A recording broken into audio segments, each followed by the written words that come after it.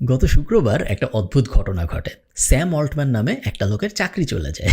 এখন প্রত্যেক দিনই তো অনেক মানুষের চাকরি চলে যায়। স্যাম অল্টম্যানের চাকরি চলে যাওয়াটা কেন আলাদা এবং স্পেশাল, তার কারণ হইল অন্য মানুষ এবং স্যাম অল্টম্যান এক কথা না। স্যাম অল্টম্যান এমন একটা কোম্পানি শুরু করেছে যেই কোম্পানিটা গত 12 মাসে পুরো পৃথিবীকে কাঁপায় ফেলছে, যে কোম্পানিটার নাম ওপেন এআই। আপনারা অনেকে ওপেন এআই কোম্পানিটার নাম না জানতে পারেন, বাট ওপেন এআই এর একটা প্রোডাক্টের নাম আপনারা সবাই জানেন, যেটা হলো চ্যাট জিপিটি। চ্যাট জিপিটি কিন্তু ওপেন এআই না, ওপেন এআই হলো কোম্পানি এবং এই কোম্পানির জাস্ট একটা প্রোডাক্ট হইলো চ্যাট জিপিটি। চ্যাট জিপিটি ছাড়াও ওদের আরো অনেকগুলো প্রোডাক্ট আছে। তো এই কোম্পানির ফাউন্ডার, যে গত 12 মাসে পুরো দুনিয়ার টক অফ দ্য টাউন, যাকে বলা হচ্ছে পিনাকল অফ সাকসেস, যাকে নিয়ে সবাই পাগলের মতো লিখতেছে, সে হঠাৎ করে এক শুক্রবার কেন ফায়ার হয়ে যাবে? এখানে একটা বুঝতে হবে, স্যাম অল্টম্যানকে বলা হয় মডার্ন দুনিয়ার স্টিভ জবস, এবং বলা হয় স্টিভ জবস যত পাওয়ারফুল বা যত ইনোভেটিভ ছিল, স্যাম অল্টম্যান তার থেকে 10 বা 20 গুণ বেশি পাওয়ারফুল এবং ইনোভেটিভ। এবং এই কথা শুধু বলার জন্য বলা না, স্যাম অল্টম্যান তার কাজকর্ম দিয়েও এটা প্রমাণ করেছে বিভিন্ন সময়। আপনারা জানেন যে ইনস্টাগ্রামের প্রথম 100 মিলিয়ন ইউজার পেতে 2.5 বছর লাগছিল। এরপরে টিকটকের প্রথম 100 মিলিয়ন ইউজার পেতে প্রায় 1 বছরের মতো সময় লাগছিল। সেইখানে চ্যাট জিপিটি, যেটা নিজে একটা কোম্পানিও না, জাস্ট একটা প্রোডাক্ট ওপেন এআই এর, ওইটার এই সেম জিনিস অ্যাচিভ করতে লাগছে মাত্র 2 মাস। এবং এই জিনিস অ্যাচিভ করা গেছে জাস্ট বিকজ স্যাম অল্টম্যানের প্রপার স্ট্র্যাটেজির কারণে। ওপেন এআই এর ভ্যালুয়েশন 0 থেকে $90 বিলিয়ন হয়েছে, এবং এত কম সময়ে এত বড় বিলিয়ন ডলারের কোনো কোম্পানি ইতিহাসে পৌঁছাইতে পারেনি, এবং বলা হয় কোনো কোম্পানি ভবিষ্যতেও এত তাড়াতাড়ি এত বড় গ্রাফ পাড়ি দিতে পারবে না। তো এত সফল একটা কোম্পানি, এত সফল একজন ফাউন্ডার, যাকে পুরা দুনিয়া অ্যাডোর্স, সবাই এত পছন্দ করে, এরকম একটা লোকের চাকরি বিভাগে চলে যায়। এবং যেই কোম্পানি আমি নিজেই শুরু করছি, সেই কোম্পানির থেকে কি আসলে কেউ আমাকে ফায়ার করতে পারে? এই ব্যাপারটাই বা কিভাবে হয়, চল একটু বোঝার চেষ্টা করি। তো কাহিনী শুরু হয় শুক্রবার দুপুরের দিকে। এক লোক স্যাম অল্টম্যানকে, যে ওপেন এআই এর ফাউন্ডার এন্ড সিইও, তাকে একটা গুগল মিটের লিঙ্ক পাঠায় বলে যে এই ভিডিও কলটায় তোমার একটু জয়েন করতে হবে, তুমি একটু জয়েন করো। তো স্যাম কিছু না ভেবে বলে আমি ঠিক আছে 5 মিনিটের মধ্যে জয়েন করতেছি। ও ক্যামেরা সেট আপ করে এবং তারপর জয়েন করে দেখে ওই পাশে বোর্ডের সব কর্মকর্তারা বসা, এবং এই গুগল মিটের ভিডিও কলে স্যাম অল্টম্যানকে জানানো হয় যে স্যাম অল্টম্যানকে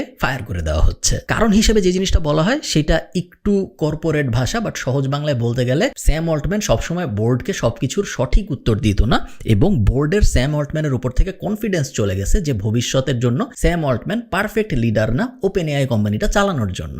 এখানে একটু আগে আমি যেটা বলতেছিলাম যে একটা কোম্পানি কি তার ফাউন্ডারকে ফায়ার করতে পারে, তার ফাউন্ডারের কি কখনো চাকরি চলে যেতে পারে? এর উত্তর হলো ফাউন্ডার কিন্তু কোনো রোল না, রোল হইল সিইও। ফাউন্ডার হলো একটা জিনিস আপনি করেছেন, আপনি একটা কোম্পানি শুরু করেছেন, আপনি ওই কোম্পানির উদ্যোক্তা, বাট ওটা কোনো অ্যাক্টিভ রোল না। কেউ ফাউন্ডার হওয়ার জন্য বেতন পায় না, বেতন পায় সিইও হওয়ার জন্য বা সিইও হওয়ার জন্য। তো স্যাম অল্টম্যান সারা জীবন ফাউন্ডারই থাকবে, কিন্তু স্যাম অল্টম্যান সারা জীবন সিইও নাও থাকতে পারে। সো সিইওর পদটা থেকে তাকে সরায় ফেলা যেতে পারে, বাট ফাউন্ডারের পদ থেকে তো কখনো সরানো যাবে না, কারণ সে ফাউন্ডার, সে কোম্পানি শুরু করেছে, কোম্পানি সারা জীবন তার নামেই, সে ফাউন্ডেড এই কোম্পানি, এরকম সারা জীবনই বলা হবে। সো সিইও হিসেবে স্যাম অল্টম্যানকে বোর্ড সরায় দেয়, এবং যেহেতু এই কোম্পানিটা ওপেন এআই কোম্পানিটায় অনেক কোম্পানি ইনভেস্ট করেছে, অনেক মানুষ ইনভেস্ট করেছে, যখনই কেউ কোনো কোম্পানিতে ইনভেস্ট করে কতটুকু সে ইনভেস্ট করতেছে, কত পার্সেন্ট সে সেই কোম্পানির পাচ্ছে, এটার উপর ভিত্তি করে তাকে বোর্ডে সিট দেওয়া হয়। এবং যখন এরকম মেজর ডিসিশন নেওয়া হয় যে বড় কোনো কোম্পানিতে আমরা ইনভেস্ট করবো নাকি, অথবা আমাদের সিইওকে আমরা বের করে দিব নাকি, তখন ওই বোর্ডের মধ্যে একটা ভোট হয়, এবং এই ভোট যে জিতে, ভোটের ডিসিশন অনুযায়ী ওই ডিসিশনটা নেওয়া হয়। সিইওকে ফায়ার করে দেওয়া হবে নাকি হবে না, এটাও এই বোর্ড ডিসিশন নিয়ে ঠিক করে যে স্যাম অল্টম্যানকে এখন আর আমরা সিইও রাখবো না। তো মাত্র 2 ঘন্টার মধ্যে শুক্রবার বিকালে একটা গুগল মিটের মাধ্যমে পৃথিবীর সবচেয়ে জনপ্রিয় সিইও, পৃথিবীর সবচেয়ে জনপ্রিয় এই মুহূর্তের ফাস্টেস্ট গ্রোয়িং কোম্পানির সিইও হয়ে যায় বেকার। এবং তারপরে মজার কাহিনী শুরু হয়। তো প্রথমে তো স্যামের চাকরি চলে গেল। স্যামের চাকরি যখন চলে যায়, তখন পুরো দুনিয়া প্রেডিক্ট করা শুরু করে যে নিশ্চয়ই স্যাম খুব খারাপ কিছু করছে। হয় স্যাম টাকা পয়সা নিয়ে কোনো একটা ঘাপলা করছে, অথবা স্যামের হয়তো মেয়ে রিলেটেড কোনো একটা ঝামেলা হয়েছে, অথবা বোর্ড মেম্বারদের কারোর সাথে স্যামের ভয়ঙ্কর কোনো ধরনের ঝামেলা হয়েছে। কারণ বোর্ড কিন্তু খুব ক্লিয়ারলি বলেন, ওরা বলছে যে ক্যান্ডিড উত্তর দেয় না স্যাম, অথবা স্যামের ওপর আমাদের কনফিডেন্স নাই। এগুলোর কোনোটাই একটা খুব পাওয়ারফুল রিজন না এইরকম সাকসেসফুল একজন সিইওকে সরায় দেওয়ার জন্য। সো সবাই স্পেকুলেট করা শুরু করে, সবাই আন্দাজ করা শুরু করে যে স্যাম মনে হয় ভয়ঙ্কর খারাপ কোনো কিছু করছে। এই হিসাবে আলাপ আলোচনা চলতে থাকে। তো এই আলাপ আলোচনা যখন চলতেছে, এইরকম সময়ে ওপেন এআই এর আরেক কোফাউন্ডার, স্যামের আরেক কোফাউন্ডার গ্রেগ, সে একটা লেটার লেখে ওপেন এআই এর সব কর্মচারীদের। সেই লেটারের ভিতরে বলে, একটা মেসেজ টাইপ পাঠায় যে স্যামকে বের করে দেওয়া হয়েছে, বোর্ড স্যামকে বের করে দিছে, এই ব্যাপারটা আমার ভালো লাগে নাই, তোমাদেরকে অনেক ধন্যবাদ গত 5, 7, 8 বছরে আমাদের সাথে থাকার জন্য, আমিও ছেড়ে দিচ্ছি এই কোম্পানির ভিতরে আমি আর থাকবো না। তো গ্রেগ যখন এই কথা বলে তখন আস্তে করে কনভারসেশনটা ফ্লিপ হয়ে যায়। তখন মানুষ মনে করে যে আচ্ছা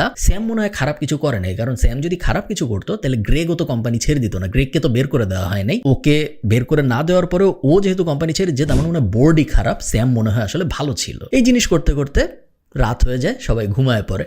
পরদিন সকালবেলা সবাই যখন উঠে তখন একটা অদ্ভুত জিনিস দেখা যায়, ওপেন এআই এর যে 700 কর্মচারী ছিল তার মধ্যে 600 জন ওপেন এআই এর বোর্ডকে একটা চিঠি লেখে, ওপেন লেটার, এবং এই লেটারে ওরা মূলত বলে যে আপনারা যদি স্যাম অল্টম্যানকে ফেরত না আনেন, আপনারা যদি গ্রেগকে, যেটা অন্য কো ফাউন্ডার যে কুইট করলো তার আগের দিন, তাকে যদি ফেরত না আনেন তাহলে আমরা এই 600 জন চাকরি ছেড়ে দিয়ে চলে যাব। মজার ব্যাপার হলো এই 600 জনের মধ্যে যেই লোক স্যামকে গুগল মিটের লিঙ্কটা দিছিল, যে আসলে জানতো স্যাম ফায়ার হবে, এই লোকও আছে। সো এই লোক একদিন পরেই বুঝে যে না, আমি যেটা করেছি, আমি যে ভোট দিছিলাম স্যামকে ফায়ার করার জন্য, এটা ভুল ডিসিশন ছিল, আমার ওকে ফেরত আনতে হবে। এই 600 জনের সিগনেচারের মধ্যে তার সিগনেচারও ছিল। তো সবাই ভাবতেছিল যে এত এমপ্লয়ি এইভাবে প্রোটেস্ট করতেছে, স্যামকে কি ফেরত আনা হবে নাকি, স্যামের চলে যাওয়ার কারণে বোর্ডও যেহেতু ক্লিয়ার কিছু বলতেছে না, সো একটা কনফিউজিং অবস্থার মধ্যে সবাই ছিল। এই কনফিউজিং অবস্থার মধ্যে মাইক্রোসফটের সিইও একটা টুইট করে। তো টুইট করে মাইক্রোসফটের সিইও বলে যে স্যাম অল্টম্যান এবং গ্রেগ, সো দুই কো ফাউন্ডার ওপেন এআই এর, এরা দুইজন মাইক্রোসফটে জয়েন করতেছে আগামীকাল সকাল থেকে। এই দুইজনের মাইক্রোসফটে জয়েন করার সব ডিল হয়ে গিয়েছে, এবং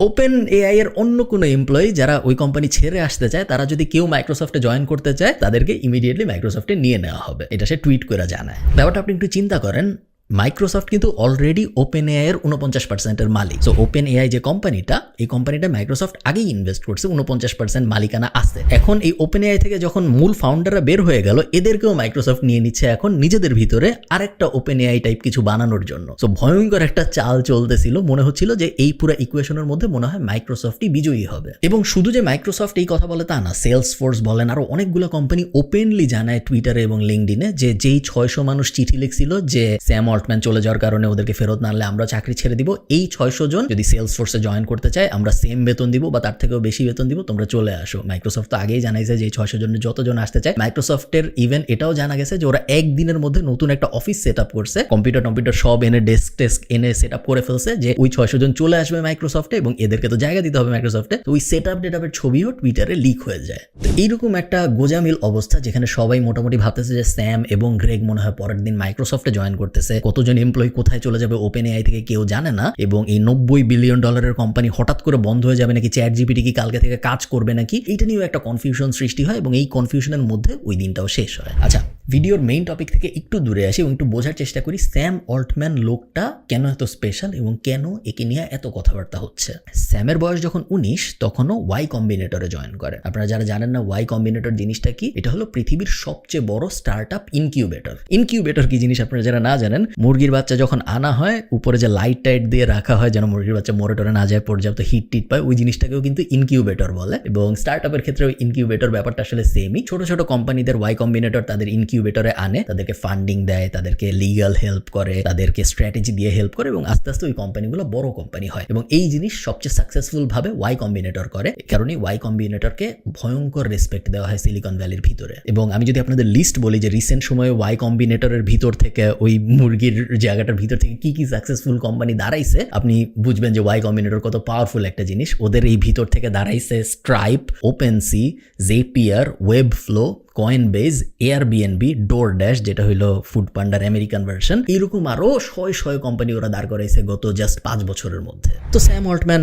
ওয়াই কম্বিনেটরে জয়েন করে ওর ছোট্ট কোম্পানিটা নিয়ে, এবং ওয়াই কম্বিনেটর ওকে হেল্প করে, এবং স্যাম অল্টম্যান শেষ পর্যন্ত ওর কোম্পানিটা $50 মিলিয়ন বিক্রি করে দেয়। যেই বিক্রি করার পরে ও $5 মিলিয়ন আশপাশে পায়। পুরো কোম্পানি ওর ছিল না, ওর কাছে $5 মিলিয়ন মতো থাকে। এই $5 মিলিয়ন ও ইনভেস্ট করা শুরু করে। তখনও কিন্তু ওর বয়স অনেক কম, মাত্র 20, 21, 22 এরকম। এবং ও কোন কোন কোম্পানিতে ইনভেস্ট করে, ও ড্রপ বক্সে ইনভেস্ট করে, ও এয়ারবিএনবিতে ইনভেস্ট করে, এবং সম্ভবত ও আরো কিছু টেক কোম্পানিতে ইনভেস্ট করে। তার 3 বছরের মধ্যে দেখা যায় ওর ইনভেস্টমেন্ট ফুলে ফেপে ওর যে $5 মিলিয়ন ছিল ওইটা $100 মিলিয়ন হয়ে গেছে। তো যেই স্যাম 19 বছর বয়স ছিল মাত্র, ওয়াই কম্বিনেটরে মাত্র ওর ছোট্ট কোম্পানি নিয়ে আসছিল, সেই কোম্পানি বড় হইলো, সেই কোম্পানি বিক্রি হইলো, ওখান থেকেও $5 মিলিয়ন পাইলো, সেইটাও ইনভেস্ট করে আবার $100 মিলিয়ন বানায় ফেললো। এই স্যাম ইভেনচুয়ালি এসে ওয়াই কম্বিনেটরের প্রেসিডেন্ট হয়। ওয়াই কম্বিনেটরের প্রেসিডেন্টের মর্যাদা হইল হার্ভার্ডের ডিনের মর্যাদার মতো, কারণ ওয়াই কম্বিনেটর সিলিকন ভ্যালিতে, ওয়াই কম্বিনেটরের কাছে সব কোম্পানি আসে তাদের স্ট্র্যাটেজির জন্য, যেহেতু এটা একটা ইনকিউবেটর, সেই কোম্পানির ভিতরে সবাই আসে তাদেরকে গ্রো করতে হেল্প করার জন্য। সো ওয়াই কম্বিনেটরের প্রেসিডেন্ট হওয়া মানে হইল